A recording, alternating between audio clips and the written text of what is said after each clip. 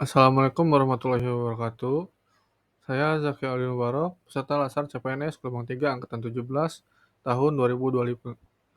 Pada video kali ini saya akan menjelaskan terkait tugas self-learning agenda ketiga yaitu kedudukan dan peran PNS untuk mewujudkan smart governance. Pada video ini saya akan menjelaskan artikel pemanfaatan dan penyalahgunaan teknologi oleh ASN. Yang pertama untuk artikel pemanfaatan teknologi. Dengan judul Menteri Pan-RB ajak transformasi ASN melalui teknologi dan kolaborasi. Pada artikel tersebut ada beberapa poin. Yang pertama, Menteri Pan-RB menyatakan bahwa dalam menghadapi perubahan global yang cepat dan disruptif, ASN harus menjadi agen transformasi, bukan hanya pelaksana kebijakan biasa. Yang kedua, 3 langkah strategis transformasi ASN yang disebut adaptasi teknologi, kolaborasi lintas sektor, dan pembelajaran sepanjang hayat. Kemudian, selain itu disebutkan pengembangan portal layanan ASN berbasis digital, terintegrasi beberapa aplikasi, yaitu CASN, MyASN, e-Kinerja, BKN, dan Sibangkom ASN LAN, sebagai bagian dari transformasi digital kepegawaian. Dan yang terakhir, kolaborasi Pentahelix disebut sebagai model kemitraan untuk pemerintah, swasta, media, akademisi, dan masyarakat untuk membangun ekosistem pembelajaran yang inklusif dan berkelanjutan. Dengan demikian, inti dari artikel tersebut adalah ajakan reformasi ASN melalui teknologi dan kolaborasi agar pekerjaan birokrasi menjadi lebih adaptif, efisien, dan sesuai tuntunan zaman. Analisis penyebab. Yang pertama, perubahan cepat dan teknologi baru. Dunia dan pemerintahan berubah cepat. ASN harus adaptif agar tetap relevan. Yang kedua, meningkatkan pelayanan publik. Dengan teknologi dan kolaborasi, birokrasi bisa lebih cepat, efisien, dan akuntabel. Yang ketiga, kebijakan nasional dan roadmap reformasi. Transformasi digital ASN sejalan dengan visi jangka panjang pemerintah, yaitu Indonesia Emas tahun 2045. Kemudian, kesenjangan kapasitas ASN. Beberapa ASN atau instansi belum siap menghadapi era digital, jadi perlu dorongan transformasi. Selanjutnya, analisis dampak. Ada dampak positif atau potensial. Yang pertama, meningkatkan efisiensi dan kinerja ASN.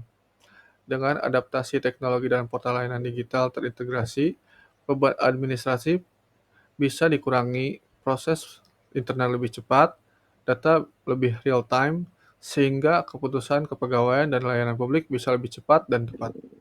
Yang kedua, peningkatan kompetensi dan profesionalisme ASN. Ajakan pembelajaran sepanjang hayat dan kolaborasi dapat memberi stimulus bagi pelatihan, pembelajaran digital, pertukaran keahlian dengan sektor luar pemerintah, sehingga kualitas ASN meningkat. Yang ketiga, transparansi dan akuntabilitas. Penggunaan portal digital dan kolaborasi lintas sektor bisa meningkatkan keterbukaan proses. Misalnya, penilaian kinerja, promosi, mutasi, dan mengurangi ruang untuk praktik yang tidak transparan. Kemudian yang keempat, kolaborasi multipihak dan inovasi kebijakan. Model kolaborasi pentahelix memungkinkan ide baru datang dari luar birokrasi tradisional, memperkaya desain kebijakan dan implementasi tata kelola ASN dan birokrasi modern. Dan yang kelima, penyelarasan dengan visi nasional jangka panjang. Transformasi ini mempercepat tercapainya target-target nasional yang memerlukan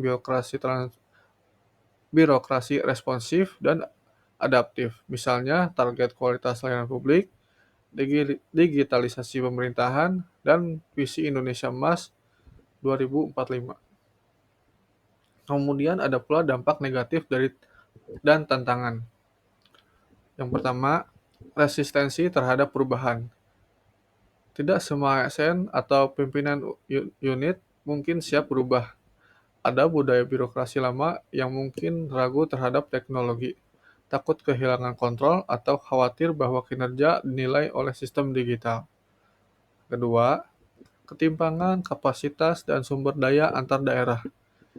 Instansi pemerintah di daerah terpencil atau kabupaten atau kota dengan sumber daya terbatas mungkin kesulitan mengikuti transformasi teknologi dan kolaborasi lintas sektor, sehingga memperlebar kesenjangan antara pusat dan daerah atau antar provinsi. Yang ketiga, biaya dan infrastruktur. Membangun portal digital terintegrasi, pelatihan kompetensi, kolaborasi dengan swasta atau akademisi memerlukan investasi infrastruktur IT, dana staff IT, kompeten, serta pemeliharaan jangka panjang. Tanpa pendanaan atau dukungan politik yang konsisten, proyek digital bisa stagnan setelah tahap awal. Dan yang keempat, masalah privasi, keamanan data, dan keandalan sistem. Dengan portal layanan digital, kepegawaian yang terintegrasi, muncul kebutuhan tata kelola data yang aman, proteksi privasi pegawai, perlindungan terhadap serangan cyber, dan menjamin bahwa data yang dipakai benar dan terupdate. Yang kelima, ketergantungan terhadap kolaborator eksternal. Kolaborasi lintas sektor atau pentahelix memberi keuntungan tapi juga risiko. Jika swasta atau lembaga luar menarik diri, atau jika koordinasi tidak efektif, maka program bisa tersendat. Ada kebutuhan membangun kelembagaan dan struktur koordinasi yang jelas agar kolaborasi tidak hanya retorika. Selanjutnya, untuk artikel penyalahgunaan teknologi dengan judul "Gara-gara pamer liburan dan motor mewah di medsos, ASN Seklur Petojo kena sanksi Pemprov DKI Jakarta." Poin dari artikel tersebut adalah ketegangan antara ekspresi pribadi ASN di media sosial dan tanggung jawab etika publik, serta menekankan perlunya pengawasan dan pembinaan etika digital. Untuk analisis penyebabnya, yang pertama, kurangnya kesadaran etika digital. ASN mungkin tidak menyadari bahwa unggahan pribadi bisa mempengaruhi citra instansi dan kepercayaan publik. Yang kedua, perbedaan antara ekspektasi publik dan gaya hidup ASN. Masyarakat mengharapkan ASN sederhana dan profesional. Unggahan gaya hidup mewah menimbulkan ketidaksesuaian. Dan yang ketiga, pengaruh media sosial. Like, komentar, dan popularitas mendorong ASN untuk menampilkan status atau pencapaian pribadi. Dan yang terakhir, kurangnya pemahaman regulasi. Aturan terkait media sosial ASN ada, tapi tidak semua pegawai paham atau mengikutinya. Kemudian, analisis dampak. Untuk ASN, dampaknya adalah diberi sanksi sementara atau diperiksa. Reputasi profesional turun karena dianggap tidak mencerminkan pelayanan publik.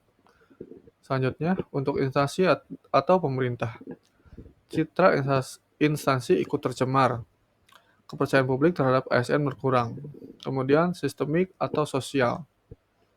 Kasus ini menunjukkan bahwa perilaku ASN di media sosial bisa menjadi masalah etika publik, memicu perlunya regulasi dan pelatihan etika digital bagi ASN. Dengan itu, teknologi memudahkan hidup, tetapi kebijaksanaan menentukan dampaknya. Sekian video dari saya. Terima kasih. Wassalamualaikum warahmatullahi wabarakatuh.